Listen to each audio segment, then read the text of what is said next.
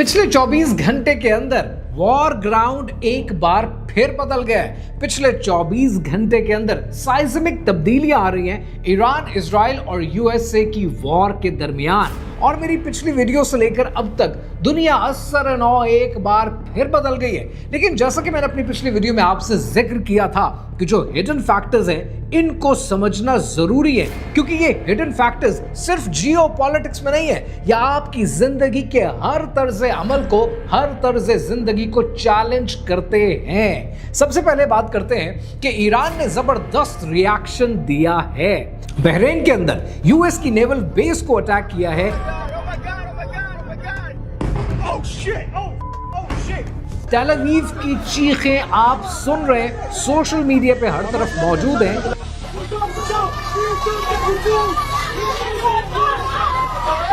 और कुवैत के अंदर बड़ी तब्दीली ये आई है कि 3 US fighter jets, fighter planes वो जमी बोस हो गए हैं, वो गिर गए हैं। और ये एक मेजर तब्दीली है। ये मेजर तब्दीली इसलिए है कि सेंटकॉम ने इसको इंटरप्रेट ऐसे किया है कि हमारे जो 3 जहाज गिरे हैं वो गिरे हैं फ्रेंडली हिट में। वेल, फ्रेंडली हिट का मतलब क्या होता है? फ्रेंडली हिट का मतलब ये होता है कि अपनों ने ही बिजलियां गिरा दी हैं आपके ऊपर, अपने समझे कि ये दुश्मन का जहाज है और फ्रेंडली हिट हो गया। तो अगर ये फ्रेंडली हिट हुआ है कुवैत के अंदर, तो कुवैत की तरफ से भी बात आनी चाहिए थी, जो कि नहीं आई। तो सेंटकॉम का ये कहना कि ये फ्रेंडली हिट है, ये समझने की जरूरत है। सोशल मीडिया पे एक चीज चल रही है, एक बात की जा रही है कि चाइना ने अपनी जैमिंग टेक्नोलॉजी ईरान के हवाले की है, ईरान के साथ शेयर की है, जिसके नतीजे में ये जो यूएस के जेट रेडार सिस्टम है AN/APG-81 ये क्रैश कर गया और तीनों जहाज जमी बोस हो गए। वेल, ये एक प्लॉजिबल रीजन हो सकता है, ये कॉन्स्पिरेसी थ्योरी हो सकती है। जैसा कि मैंने आपसे पहले भी अर्ज किया है कि जंग के मैदान से इंफॉर्मेशन सेम टाइम पर कभी नहीं आती, जिसकी वजह से जो फर्स्ट राइट ऑफ इंफॉर्मेशन होता है जंग के अंदर वो बड़ा मैटर करता है। लिहाजा वक्त के साथ साथ पता चलेगा कि क्या हुआ, क्या सच था, कौन हारा, कौन जीता। लेकिन ईरान की तरफ से इतना रिटेलिएशन आ जाना ये कोई छोटी बात नहीं है, ये बहुत बड़ी बात है। मैंने पिछले दिनों भी कल अपनी रील में आपसे अर्ज किया था कि आयतुल्लाह खामनाई की शहादत के बाद 1 मिनट के लिए सोच कर देखें, लिटरली 1 मिनट के लिए सोचें कि जैसे ही आपको बीइंग अ व्यूअर जहां भी आप बैठे हुए आपको ये खबर मिली थी शहादत की, उसके बाद मुसलमानों का आप जज्बा और हौसला देखें कितना पस्त हो चुका था। ऐसे मौके पर ईरान की तरफ से ऐसा रिटेलिएशन आना, सबके मोराल बूस्ट हो गए, सबके अंदर एक एनर्जी भर गई है, 2 सेर खून सबका एक बार बढ़ गया। लेकिन यहाँ पर एक और बात समझनी ज़रूरी है। मैं air commodore retired Khalid Chishti साहब को सुन रहा था और वो कहते हैं कि हर जहाज़ के अंदर एक IFF का कंपोनेंट होता है जो आइडेंटिफिकेशन ऑफ फ्रेंड एंड फो होता है, कि आपको बेस की तरफ से भी पता चल जाता है कि कौन सा जहाज अपना है, कौन सा दुश्मन का है। लिहाजा आप एक जहाज को गलती से मार दिया, समझ में आता है कि गलती से फ्रेंडली हिट हो गया, लेकिन दूसरा भी फ्रेंडली हिट हो गया, फिर तीसरा भी फ्रेंडली हिट हो गया, तो ये प्लॉजिबल नहीं है कि ये फ्रेंडली हिट हो। कहाँ वो दौर था कि जब डोनाल्ड ट्रंप कहा करते थे कि 7 जहाज पाकिस्तान ने इंडिया के गिरा दिए, और इंडिया के लिए ये बड़ी ह्यूमिलिएटिंग मौका हुआ करता है कि जब भी जहाज़ों का जिक्र किया जाता है। बट आज 3 जहाज़ अमेरिका के अपने गिर चुके हैं। सो ऐसे मौके पर यह समझना भी ज़रूरी है कि पॉसिबल है कि चाइना को S-300 डिलीवर हो चुका है, जिसके जून 2025 में ऑर्डर्स दिए हुए थे और अगले 7 महीनों के अंदर वो डिलीवरी आ चुकी है। और ये भी पॉसिबल है कि ईरान को S-300 की डिलीवरी मिल चुकी है कि जो जून 2025 में ऑर्डर की स्टेज पर थी, लेकिन अगले 7 महीने में ईरान के पास आ चुके हैं। और ये भी पॉसिबल है कि चाइना से ईरान ने HQ-9 मिसाइल्स एक्वायर कर लिए हैं और शायद उससे हिट किया गया है। आपके लिए खुशी की बात यह है कि पाकिस्तान के पास HQ-9 की रेंज पहले से मौजूद है। ईरान ने एक और बड़ा जबरदस्त काम किया जिसको समहाउ सोशल मीडिया पर, ट्विटर पर, एक्स पर कोई इसके बारे में बात नहीं कर रहा है। ईरान ने डिसेंट्रलाइजेशन ऑफ डिसीजन मेकिंग की पॉलिसी अपना ली है। इसका मतलब क्या है कि छोटे छोटे टोलियों के अंदर डिसीजंस खुद लिए जा सकते हैं और खुद अटैक किया जा सकता है, रादर कि आप GHQ का वेट करें और वहां से उसको रिटेलिएट करें और वहां से डिसीजंस लें। यानी इस वक्त at the battle ground Iran के अंदर ये सलाहियत मौजूद है कि कहीं भी डिसीजन होगा और उस डिसीजन की based on the main policy attack किया जा सकता है। इस्राइल ने at the same time Lebanon में हिजबुल्लाह के ठिकानों पर अटैक करना शुरू किया है। हिजबुल्लाह जहां जहां मौजूद है, इस्राइल कह रहा है कि मेरी कोशिश है कि वहां पर अटैक करें, लेकिन चीखें आपने ज़ायनिस्ट की ऑलरेडी सुन ली हैं। मज़ा तो आपको आ रहा होगा, लेकिन यहाँ पर एक बात ज़रूर नोट कीजिएगा कि किंगडम ऑफ सऊदी अरेबिया में अरामको की फैसिलिटीज को, उसके एसिड्स को टारगेट किया गया है। कल तो सब इसके बारे में बात कर रहे थे, लेकिन ईरान ने तरदीद कर दी है कि ये अटैक हमारी तरफ से नहीं हुआ, विच मीन्स कि किंगडम ऑफ सऊदी अरेबिया इस वक्त गुस्से में है और वो गुस्सा है इस्राइल की जानिब। और मुसाद के एजेंट भी पकड़े गए हैं जो सऊदी अरेबिया को ईरान से लड़वाने की कोशिश कर रहे हैं। लेकिन इस सारी कहानी में कुछ बड़े इंपॉर्टेंट टेंजेंट्स हैं। पहला टेंजेंट है इंडिया का और दूसरा टेंजेंट है यूनाइटेड स्टेट्स का। और फिर मैं आऊंगा उस बात की जानिब कि जो बात मैंने आपसे कल की वीडियो में कही थी कि इन लोगों को और उन चेहरों को पहचानना जरूरी है जो इस सारी कार्रवाई के पीछे होते हैं, जो फैसला करते हैं। आपको क्या लगता है ये जो चेहरे आप स्क्रीन पे देख रहे हैं, ये इस काबिल हैं या इनकी इतनी औकात है ये जंग में जाने का फैसला कर सके? ये जंग में जाने का फैसला करता कौन है, जरा ये समझते हैं। कहानी क्या है, आइए समझते हैं।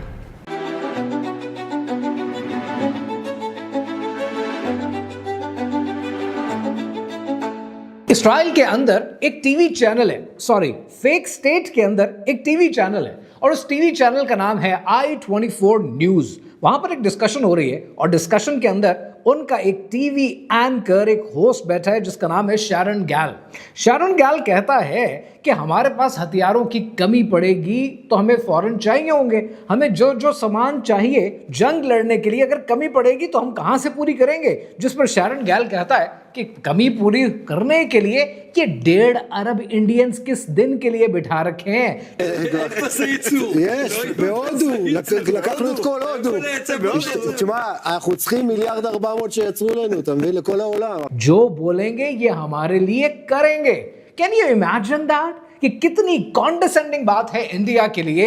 और ये इस वक्त एक्स की जीनत भी बनी हुई है कि इंडियंस को ये सवाल पूछना चाहिए अपनी सरकार से, बीजेपी की हुकूमत से ये पूछना चाहिए कि किधर गई इंडिया की सॉवरेनिटी। क्या इस्राइल अपने आप को यहूदी और आपको गोयम समझता है कि आपकी कोई औकात नहीं है, 1.5 अरब इंसानों की कोई औकात नहीं है। इस लेवल तक आपने अपने आप को गुलाम बना लिया है इस्राइल का और इस नेक्सस के अंदर शामिल होने के लिए आप इतनी कॉस्ट पे करते हैं कि आपकी 2 टके की औकात नहीं बचती। Certainly I am always against the policies of the government.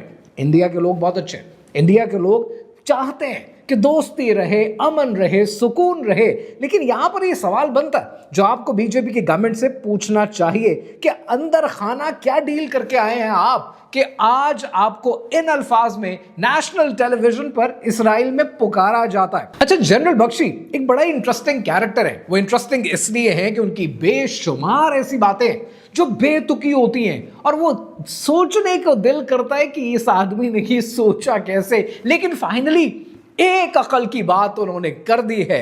और अकल की बात अगर कोई भी करे तो उसे अप्रिशिएट करना चाहिए, क्योंकि always in my content I keep on saying it to you guys कि इस बात से फर्क नहीं पड़ता कि कौन कह रहा है, फर्क इस बात से पड़ता है कि वो क्या कह रहा है। जनरल बख्शी ने कहा कि जब 1945 में अमेरिका ने एटम बम गिराए थे तो वो टोक्यो के ऊपर नहीं गिराए, वो गिराए हिरोशिमा पे, वो गिराया गया नागासाकी पर। क्यों? ताकि आपके पास निगोशिएशन के लिए, बात करने के लिए कोई रह जाए। लिहाजा आपने उस पॉलिसी को तो देखा ही नहीं। ईरान में आपने क्या किया? आपने आयतुल्ला खामनाई के कंपाउंड के ऊपर 30 बम गिराए, वो शहीद, उनकी बेटी शहीद, उनका दामाद शहीद, उनका ग्रैंड चाइल्ड शहीद और 47 मजीद लोगों को शहीद किया जो डिसीजन मेकिंग में थे। जब आप उन लोगों को शहीद कर देंगे जिन लोगों ने फैसला करना है, आपके साथ नेगोशिएट करना है, आपके साथ टेबल पर बैठना है, जब आप इस किस्म की हरकत करेंगे तो नतीजा क्या निकलेगा? नतीजा वही निकलेगा जो ईरान आपका निकाल रहा है। फिर वो नहीं सोचेगा कि जंग की तरतीब क्या होती है और जंग के अहकामात क्या होते हैं और जंग का तरीकाकार क्या होता है। फिर वो घुस कर मारेगा और इतना मारेगा कि आप बर्दाश्त नहीं कर पाएंगे।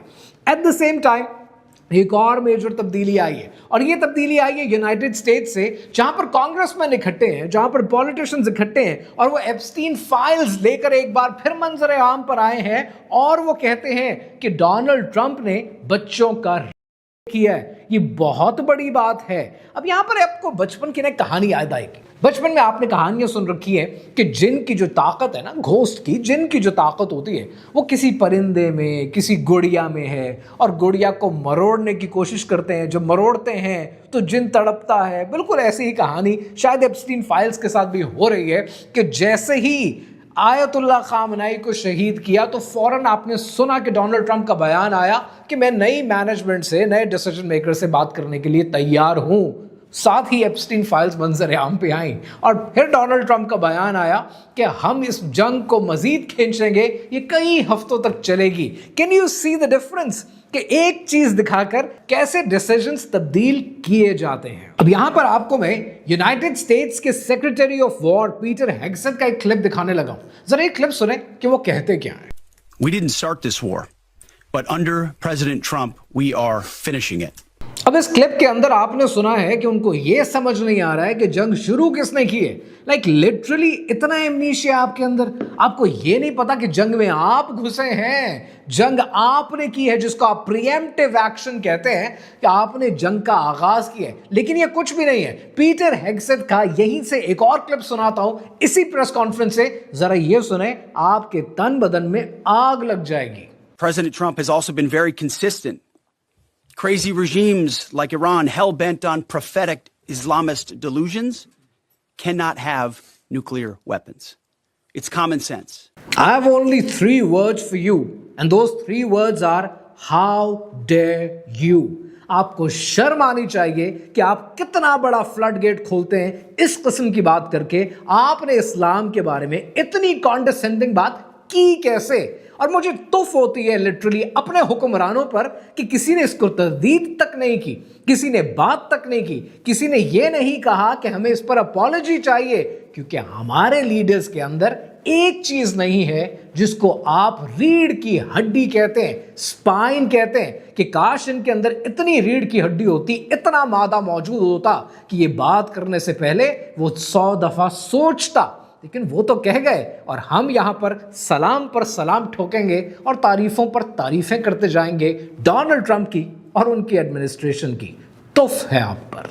और अभी तक वो लोग जो इस सारी जंग को सिर्फ जियोपॉलिटिक्स की नजर से देख रहे हैं, आपको 2 बड़े रीजन देखता हूं। उन 2 बड़े रीजंस के बाद, उन सबूतों के बाद आप इसको जियोपॉलिटिक्स की नजर से कम नहीं देखेंगे। पहला आपको एक क्लिप दिखाता हूं। ये क्लिप एक इंटरव्यू का है जिसे टकर कार्लसन ने लिया है और ये इंटरव्यू है यूएस के एम्बेसडर टू इजराइल का माइक हकबी का।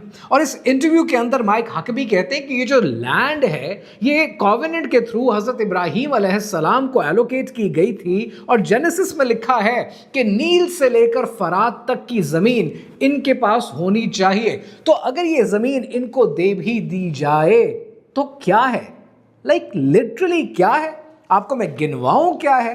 इस जमीन के अंदर उर्दन है, शाम है, फलस्तीन है, तुर्की है, मिस्र है, लेबनान है, इराक है। तुम्हारे बाप की जमीन है जो तुम बांटने पे लगे हुए हो। Can you just imagine that? ये आपको साबित करता है कि ये एस्कटोलॉजिकल वॉर है। ये जंग जियोपॉलिटिक्स की नहीं है, ये जंग ग्रेटर इस्राइल की जंग है, ये जंग आपके ईमान की जंग है। अब इन सारी बातों के बीच में थोड़ी हंसी मजाक की बात भी होनी चाहिए और उसकी वजह यह है कि जब जंग की बात हो रही होती है, हर तरफ से इतना स्टिमुलाई मिल रहा होता है, इतनी बातें हो रही होती हैं कि आप थक जाते हैं। तो उस स्टिमुलाई के बीच में आपको एक लतीफ़ा सुनाता हूं। लतीफ़ा यह है कि यूनाइटेड नेशंस की सिक्योरिटी काउंसिल की इस महीने की सदारत है यूएसए के पास और यूएसए ने यानी ट्रंप ने किसे नॉमिनेट किया है अपनी तरफ से? उन्होंने नॉमिनेट किया है मेलानिया ट्रंप को। लाइक सीरियसली, फिर हम घर चले जाते हैं? अगर आपने जियोपॉलिटिक्स ऐसे करनी है, दुनिया को ऐसे चलाना है, तो हम नहीं खेलते ना, फिर किसी और को ले आए। ये मेलानिया ट्रंप है। लाइक लिटरली ये ब्यूटी पैजेंट चल रहा है, या आप यूनाइटेड नेशंस का स्टैचर गिराना चाहते हैं। You not taking the world seriously. मुझे याद है टॉइनबी अमेरिका के हिस्टोरियन हुआ करते थे, और टॉइनबी का एक जुमला बड़ा मशहूर है। वैसे वो पाकिस्तान भी एक दफ़ा आए थे जनरल अयूब के दौर में, और गॉर्डन कॉलेज रावलपिंडी के अंदर एक सेशन भी हुआ था जिसमें एक सवाल भी पूछा गया था। पर I will talk about that in some other video on some other day. Toynbee का एक जुमला बड़ा मशहूर है। वो कहते हैं कि no one has ever gone broke by underestimating the intelligence of American people. समझने वाला जुमला है, लिटरली समझने वाला जुमला है। No one has ever gone broke by underestimating the intelligence of American people। वैसे तो अमेरिकन पीपल मेरे से वैसे ही नाराज रहते हैं, लेकिन पॉइंट ये है कि आपकी इंटेलिजेंस इतनी कम है कि कोई शर्त भी लगा लेना तो वो हारेगा नहीं। इन लोगों को आप वोट करते हैं, आप डेमोक्रेसी के चैंपियन बनते हैं। मेलानिया ट्रंप रिप्रेजेंट कर रही हैं और हमें कहते हैं मौरूसी सियासत नहीं होनी चाहिए। ये क्या चल रहा है? ये आपके मुल्क में चल रहा है, और इस तरीके से आप दुनिया को लीड करना चाहते हैं। ऐसी यूनिपोलर वर्ल्ड में कोई एग्जिस्ट नहीं करना चाहता। अब जो एनालिसिस आप सुनेंगे, ये एनालिसिस मेरा नहीं, ये जो एनालिसिस है ये प्रोफेसर जियांग ज़्यूक्विन का है, जिनको आप सोशल मीडिया पे ऑलरेडी गज़ा के हवाले से देख चुके हैं, बहुत सारी चीज़ों के हवाले से देख चुके हैं, क्योंकि इनका analysis majority of the time सही बैठता है। चाइनीज़ कैनेडियन प्रोफेसर हैं, एजुकेटर हैं, हिस्टोरियन हैं, अब जर्नलिस्ट रह चुके हैं, इसके अलावा जियो पॉलिटिकल थ्योरिस्ट हैं, और न्यूयॉर्क टाइम्स में, आप इन्हें वॉल स्ट्रीट जर्नल में, आप इन्हें क्रॉनिकल्स ऑफ हायर एजुकेशन में देखते हैं। It's very important. It's an eschatological factor where, if you look at the Epstein files, it's clear that we are run by secret societies. It's clear that the world is run by these individuals who have a lot of power. We don't know who they are, but they control the military. They control the national security apparatus. And these people, there are different names for these people. You can call them the Illuminati. And the Illuminati are composed of three major groups, okay? You have the Jesuits, who control the Vatican. You have the Sephardim Frankists, which control the modern state of Israel today. And you have the Freemasons, which control the national security apparatus of the United States. And they believe that Israel, this war in the Middle East, is key to the end times in creating heaven on earth. So it's almost like a script that they're following, even though it doesn't make any geopolitical sense. Okay, so I would say that these three are the best reasons why this is happening. इनका point क्या है? इनका point ये है कि तीन reason है सारे अटैक के पीछे। पहला रीजन है जिसे ये ह्यूब्रिस कहते हैं, तकब्बुर कहते हैं। और ये तकब्बुर आपने ऑलरेडी देखा है कि वेनेजुएला के ऑपरेशन के अंदर जब मडूरो को अरेस्ट किया गया और उसको लेकर अमेरिका चले गए, तो वहां पर ट्रंप के हौसले मजीद बढ़ गए।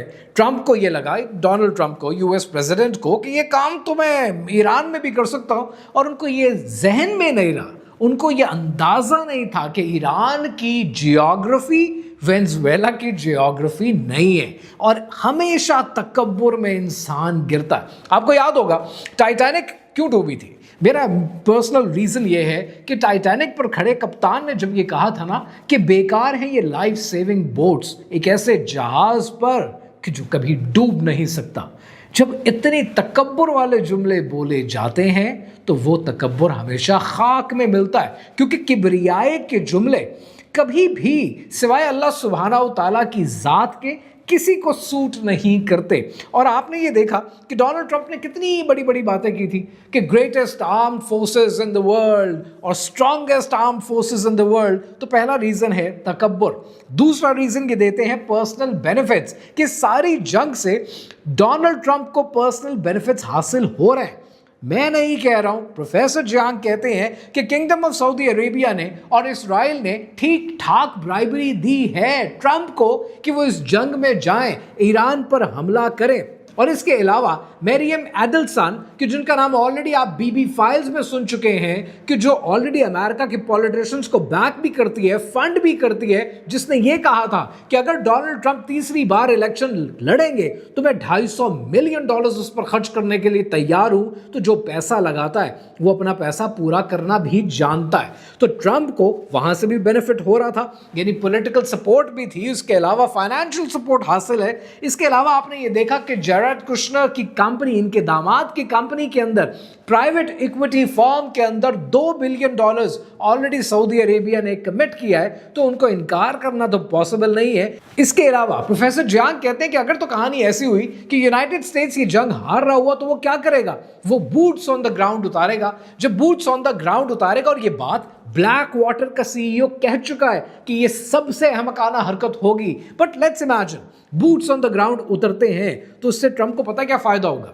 पहला फायदा ये होगा कि कांग्रेस से अप्रूवल चाहिए, जो कि ट्रंप को मिल जाएगी। जब कांग्रेस से अप्रूवल मिल जाएगी तो ये चांस पैदा हो जाएगा कि जो मिड टर्म इलेक्शंस आ रहे हैं इस साल, डोनाल्ड ट्रंप जिसमें चांसेस है कि हारेंगे, रिपब्लिकन्स इस बार हारेंगे, तो वो इलेक्शंस डिले किए जा सकते हैं और ट्रंप के पास वॉर पावर्स आ जाएंगी। तो ट्रंप को तो टेक्निकली बहुत फायदा है। और जो तीसरा रीजन प्रोफेसर जियांग देते हैं जो आपके लिए इंपॉर्टेंट है, और ये रीजन अब जरा सोचें, पहले इस रीजन को सुने और ये सोचें कि मेरी कल वाली वीडियो में मैंने क्या कहा था और चंद घंटे पहले प्रोफेसर जियांग की वीडियो आती है, वो कहते हैं ये मोस्ट इंपॉर्टेंट है। ये तीसरा रीजन ये है कि ये जंग बेसिकली एस्केटोलॉजिकल वॉर है, यानी ये बिलीव्स की वॉर है। वो कहते हैं कि एप्स्टीन फाइल्स के बाद पूरी दुनिया ने देख लिया कि ये दुनिया सीक्रेट सोसाइटीज चलाती है, और जिस सीक्रेट सोसाइटी का नाम